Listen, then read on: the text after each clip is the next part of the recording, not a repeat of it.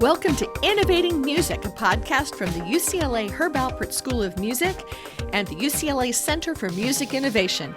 I'm your host, Dr. Gigi Johnson.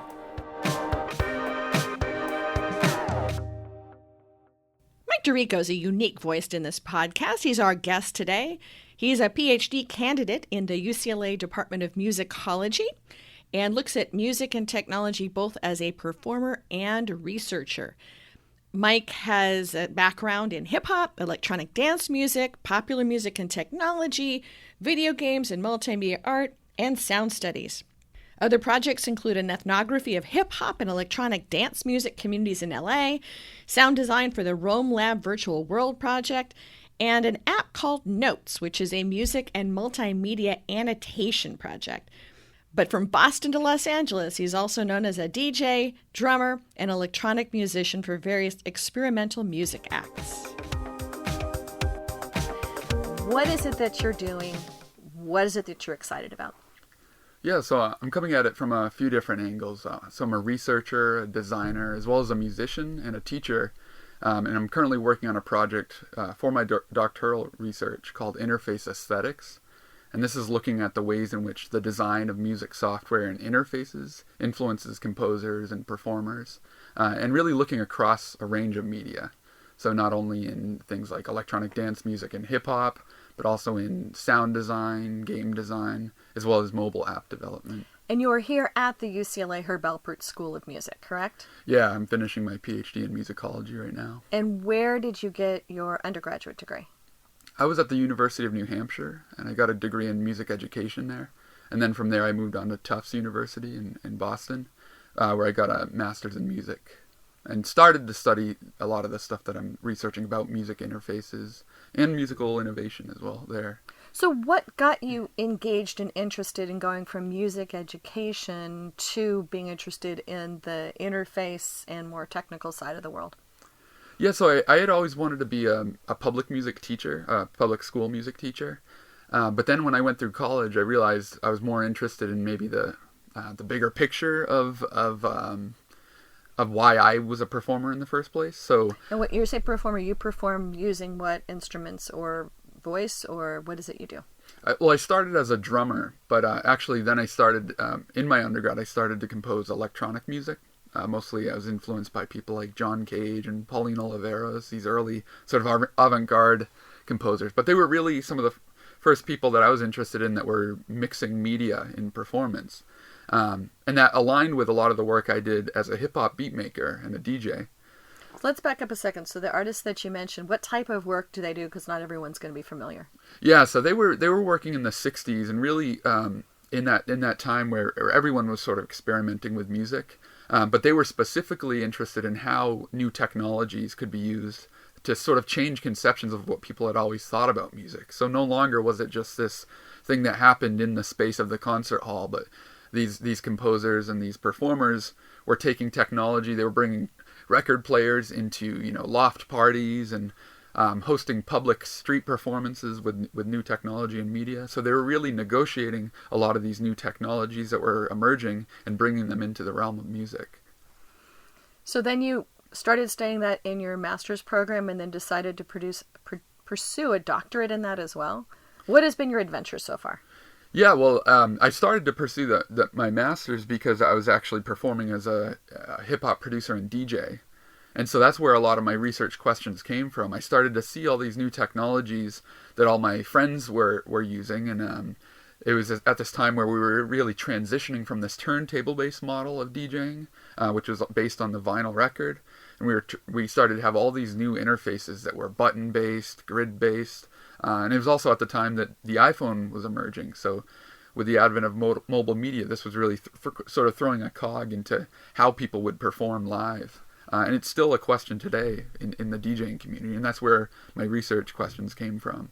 So your research questions have been focusing on the cultural aspects then of these changes, or the implications on the creative process, or what?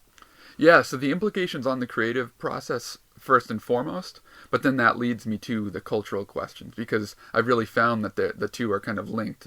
So the formation of new cultures and aesthetics and even ethics of technological interaction are really negotiated by the performers and the producers, as well as the designers who are making these tools. What do you mean by the ethics?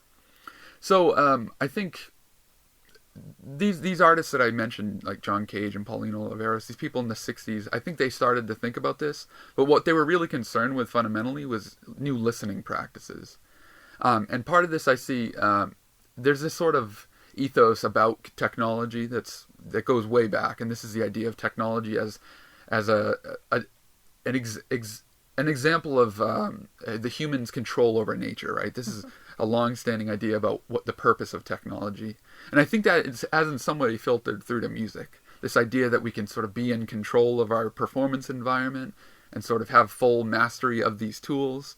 And so when I talk about the ethics, I'm interested in new interfaces because of the ways they disrupt this narrative of technology as this sort of control and mastery over something else.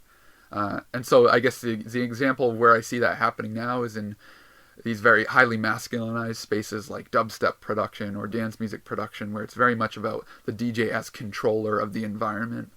And so when I talk about ethics of interface design, I'm interested in the ways in which the design of these softwares and these interfaces can facilitate new, sort of more relational, ethical forms of interaction between audiences and performers, as well as designers. So when you say masculine, you went right to control orientation, also gender usage, or also in terms of power, or masculine's an interesting phrase to use there. Yeah, I think because one thing about my research that I'm interested in now is the convergence of all these media.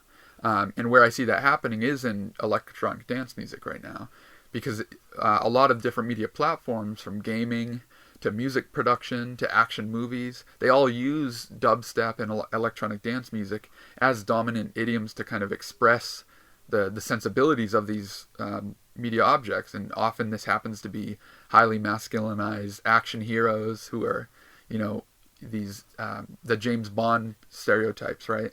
And they're very much these men who are sort of in control of their destiny, in control of their technologies, in control of feminine presence in their lives. And so that's what I mean when I talk about the masculine aspect of the ethics of technological interaction.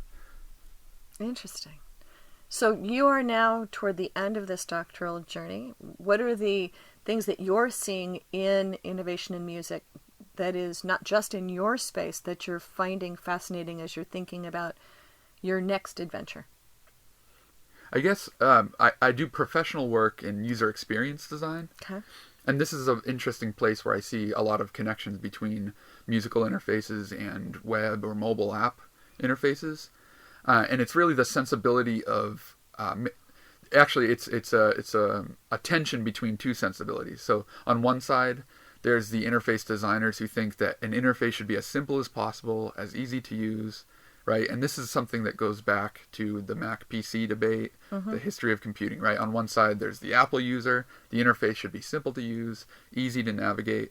And on the other side, there's the idea that the interface should be hackable and customizable as much as possible.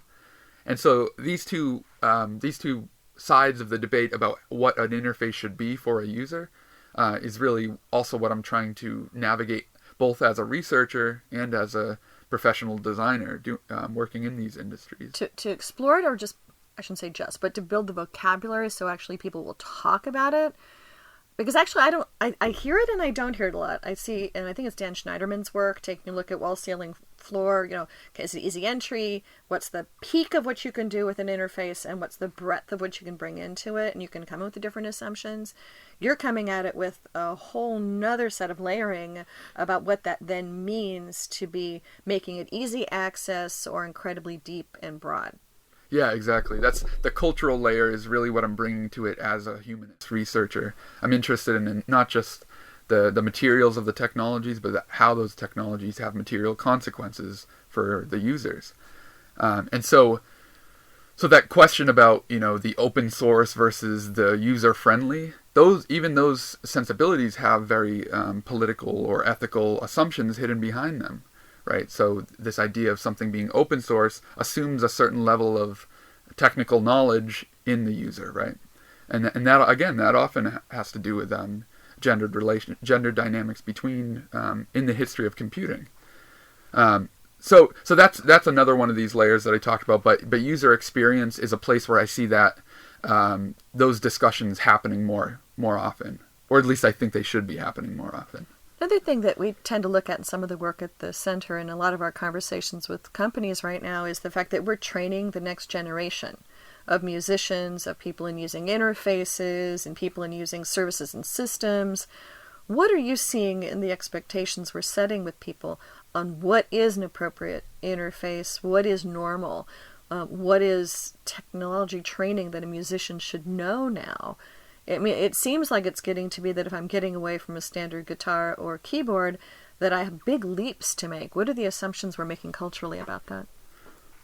I know, that's a much bigger question than I said I was going to ask. You've taken me definitely down the rabbit hole in thinking about interesting issues, because, I mean, I would contest that we have a lot of organizations who are building things and assuming because they like it and it fits their needs and they are a combination of a technologist and a musician, that of course other people should jump into it and like it, not realizing that they're making a bunch of assumptions about people.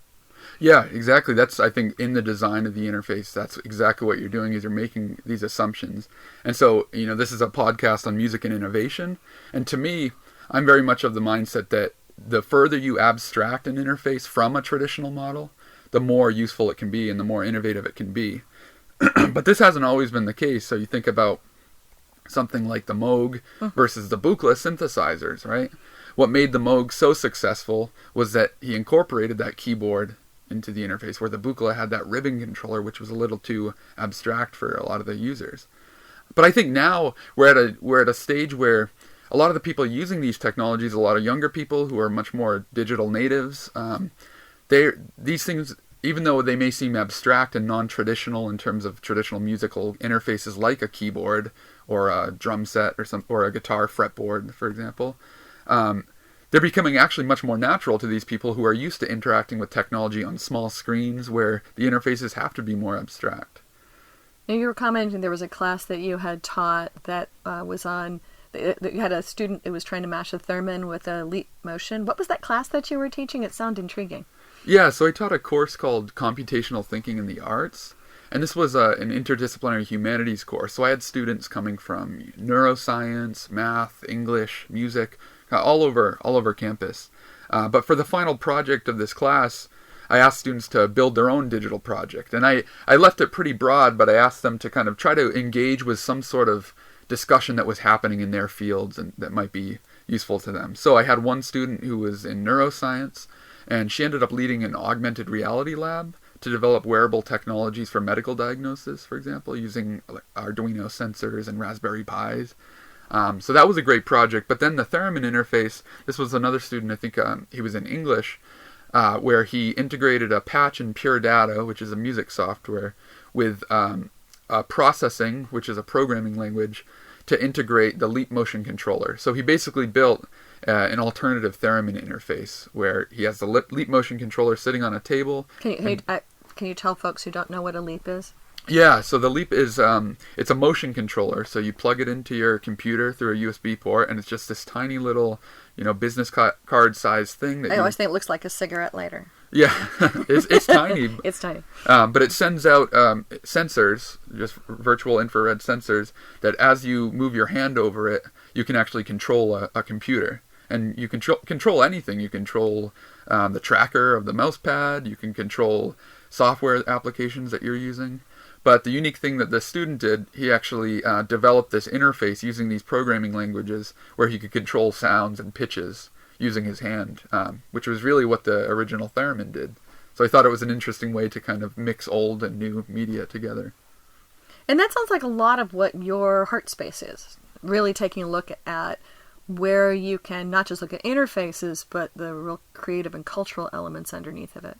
Yeah, because I'm very interested in the relationship between previous technologies, previous instruments and technologies for music production, and how new technologies really disrupt but also help shape those existing practices. And that's where I see the political tensions come in, right? Because the minute you develop this alternative interface that doesn't look like a guitar, but people are using it in rock bands, then that's going to throw a cog into that whole machine that's defined a lot of what rock music means to people, or what electronic music means to people, or what music in general means.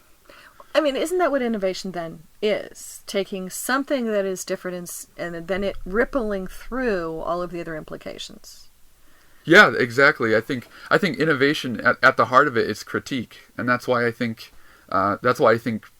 as a researcher, as a humanist, I think that's why it's important to think about these things, because that's what we do, or that's what I do fundamentally, is critique existing cultural values, practices, cultural formations, institutional formations. So I always think the best innovators are the ones who are doing something where nobody wants them to really succeed, because they don't want things to change that drastically.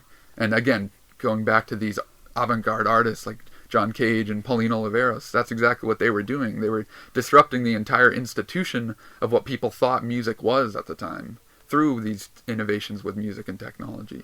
Have you ever gone to the Metropolitan Museum of Art's Historical Instrument Archive? No, but that's definitely on the list for my research. You can see it online too. They've got images, and I was fascinated as someone who's been playing traditional instruments for most of my whole life, and I'm not a young pup like you are. And to see instruments as they've been negotiated. So you can see as we got to the modern tuba, as we got to the modern trumpet, as we got to the modern clarinet, where we've gotten into much more standard instrumentation a lot, you can see an entire history of how we've sort of negotiated through production and through composition what instruments are. So we tend to think nowadays, well, that is X instrument, or that might be an interesting sidebar instrument that I might want to have as something fun to play with, but that's not going to be something I'm going to core compose with. So it really is a negotiation. To me, that's what's interesting with the new technologies of all of this, is we're trying to convince other people to produce around this new space and technology, so I appreciate your space of what you're doing a lot. Of course. What are you seeing as the challenges? We talked about the fact that it's renegotiation, it's critique. What are the challenges in being an innovator and being so far out there in some of these cases as a creator, as a designer? Yeah, well, like I said, I think if you're being a true innovator where you're kind of critiquing existing practices and existing institutional structures, you're always going against the grain. You're always working against what people are expecting you to do in a lot of ways. So that's the biggest challenge. But I think where it also pans out is that you're also navigating all these technological changes. So as all these technologies and medias are converging with each other, you start to have to, as an innovator, you start to have to navigate all those spaces. So you're not just learning about new musical technologies, but you all of a sudden have to think like a game designer or a sound designer or an app developer in order to really understand how you can contribute to these changing practices and platforms. So it gets to be then communities of practice around new directions, or how do you work as an individual in this changing space? Or can you maybe give examples of companies or entities that you're seeing doing this? Yeah, so I would say it's increasingly difficult to do it as an individual. I think you really have to work with a team, or at least you're constantly networking with companies or artists or performers in order to really think through how innovation works. So for me, I always say innovation can't really work without an integrated relationship between the designers and the users. And that's where I see the innovative, especially music software companies that are doing interesting things with interfaces. Who might be that? Who would you say is in that bucket? I would say Ableton Live, most importantly, because of their link technology that they recently developed. So this is a technology that basically syncs wirelessly various devices together. So you can basically have jam sessions where someone's using a mobile phone, someone has their laptop, and they're using different software, different apps, but they're synced up, so they can perform together basically. And that's been a big struggle. I think it's something that artists have always wanted, but there was just that one missing link, and that's what they're producing now. Another company is Native Instruments, And I think the reason they're so important is because... Can you explain who and what they are if people don't know? Yeah, well, so both Ableton and Native Instruments are music software companies. They develop interfaces for music production, like digital audio workstation software.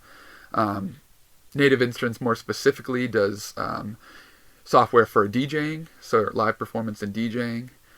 They're both located out of both Berlin and Los Angeles. But the thing that's interesting about both of them is that they both incorporate performers in the design process, and they have artists that are integral to the design of the instruments that are being sold and used. And I think that's why they've become picked up so much, is because they actually have that very inherently linked connection between the designers and the users, which isn't always the case with a lot of software. So what do you think the next innovations are that are coming down the pike? Well, what do you feel is happening? What are you seeing is happening in your research? Where do you see the next combinations might be? I would say, I mean, maybe it sounds a bit obvious, but the wearable technology movement and sensor-based performance, I'd like to see that be the next place where people go, because again, I can see where this could be a more this could be a space that integrates a lot of different artistic communities. So all of a sudden, I think you'd have interest in sound artists and installation artists working with composers and producers much more concretely and directly. But what I think needs to happen with that is first of all, I think the technologies need to become a little more, I guess to use the phrase earlier, user-friendly to musicians. I think right now they exist as great novelties and in some ways maybe gimmicks in some ways, but they haven't reached that spot where they're integrating the design and use process. So they don't have the performers and the artists really on board to kind of tell the designers how musicians specifically could use this in their performances, and that's what I think they need in order for it to get picked up more fully. We're recording right now in the new Austin recording studio here at UCLA Herb Alpert School of Music. And we're having some of those same questions even in the design of this space. We have a very traditional, gorgeous, I love this space, it even smells good. We have this great new space, but what's the technologies that need to be in it to be then a modern recording studio other than just capturing of music? So we're actually asking some of those questions and looking if there's people who could actually come in and play with us on those questions here in this space. But what are the elements that you could do for recording in a sound studio, in a live venue, in all sorts of different avenues, and then make it, I was going to say digestible, that's not the right word, but engageable and enriching and inspirational for the musicians who work with it, other than needing kind of a translator into it, Lieutenant Uhura, for understanding how the technology works. It's an interesting question right now as things get more complex and more fluid as what you can do. Yeah, it's a great question. I mean, from my perspective, there's an article that this ethnomusicologist wrote, Elliot Bates. He wrote this article called "What Studios Do," and this is really looking at the social life of the recording studio and how it functions as a cultural space. And I think all studios need to really become a space that's welcoming, a welcoming space. Traditionally studios have always been designed to have these glass walls and these spaces that are segmented, and they separate the recording artists and the engineers and the performers. And I mean, I understand there's practical ways to do that, but I think as much as you can turn a recording studio into this welcoming environment that feels sort of more like a I don't know, always the studios I've always felt more comfortable in, or it feels like you're in a living room just kind of hanging out as you're recording. So that's one thing, is kind of like really conceptualizing what the social space that you want to create and how you want to invite people into that space. But technologically, I also think there needs to be very easy to use and practical monitoring situations. This is both for the stage and the studio. So make the people recording, there needs to be a direct connection between the engineers and the artists, so it doesn't feel like there's that disconnect, right? So they can hear what they're doing and there's real-time feedback. I mean, typically we have, just the button that kind of translates between the two rooms, but thinking through monitoring situations is always an important aspect of that. Let me go backwards in a conversation or two here. So talking about the iPhone and how that changes expectations and what people have in front of them. I kind of feel like sometimes we dumb things down and then open up opportunities because we dumb things down. How much has having the smartphones as such a core piece of people's environment impacting our expectations on what we should be doing on creating and sharing music? Yeah, so there was a recent app that was put out called Easy Music. And to me, this is sort of the apex of what music apps are designed to do, right? They're sort of meant to democratize the process of music making. And obviously this app was designed as a children's tool. But I think it says a lot about how we should be conceptualizing the design of apps in general. Because what it does is it takes the idea of the app as not just a tool, but actually a game and more of like an experience. So a lot of these apps for music making are actually integrating this sort of gaming logic with a music production logic. And I think what that does, it does on one hand abstract the interfaces, because in order to lower that learning curve, we don't want to have things looking like a keyboard or a guitar necessarily. We might have them looking like shapes that are manipulatable and interactive with each other. And so you talk about that as, the danger here, or the perceived danger is maybe dumbing things down. But I think you're right. That actually ends up opening up more spaces, because by thinking of the app as a game and as much more of an interactive experience, that's where you open up spaces of innovation for the performer, because it forces them to think in a non-linear way about music. And have it at their fingertips, too. I think of so many performers I know who now have all their various cheat sheets for music that's sitting on their phone quietly on the thing while they're playing a gig. Exactly. Or their tablet or whatever their device they have. Well, we've covered, directly, indirectly, a lot of things we like to talk about on this podcast.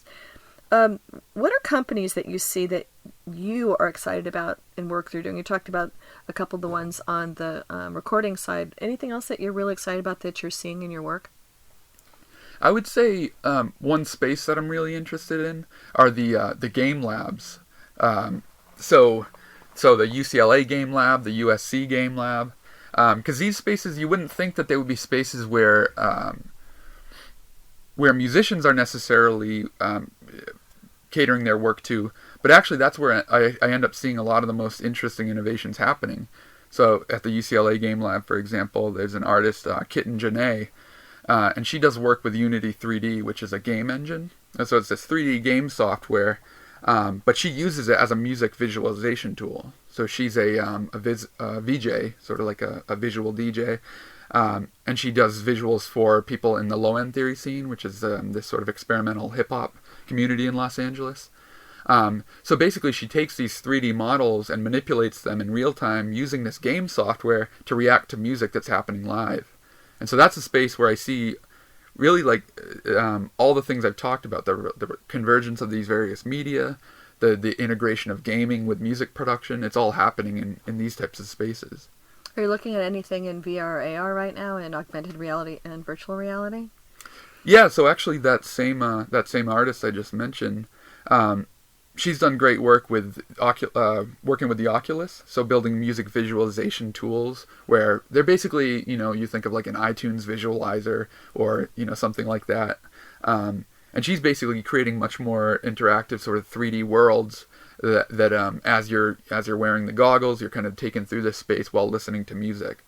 So it's sort of a new way of listening to music and also visualizing music. And I'd like to see more support for the Google Cardboard type apps, because it's just like the difference between those $3 lens and a couple $100 for the headsets, or $5.99 or whatever the price is coming out at right now. Yeah, I think to be able to just have the Google Cardboard with your phone, that automatically makes it so much more accessible to so many people. And with a good headset.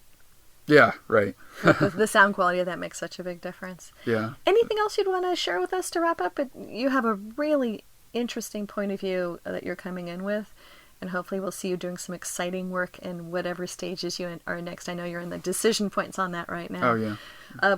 What else would you want us to think about music and innovation to kind of close out the conversation? Well, I think what you're doing is great. I think the outreach that you're doing with something like this podcast, I'd really just like to see, from my own perspective, really starting this conversation between teachers, educators, industry professionals, and performers. I think that's where I see innovation happening, is when you have a very integrated relationship between those various bodies. So I'm looking forward to seeing what you do with it in the future. Great. Well, thank you for joining us today, and thank you guys for joining us for the podcast. More adventures to follow. Thank you. Well, that wraps up this podcast. Many thanks to the UCLA Herb Alpert School of Music and the UCLA Center for Music Innovation for being our hosts of this ongoing series. You can subscribe to us in all the usual places, or you can come find us at innovation.schoolofmusic.ucla.edu. Join us again to follow the other adventures that we will be tracking down in Innovating Music. Thanks again.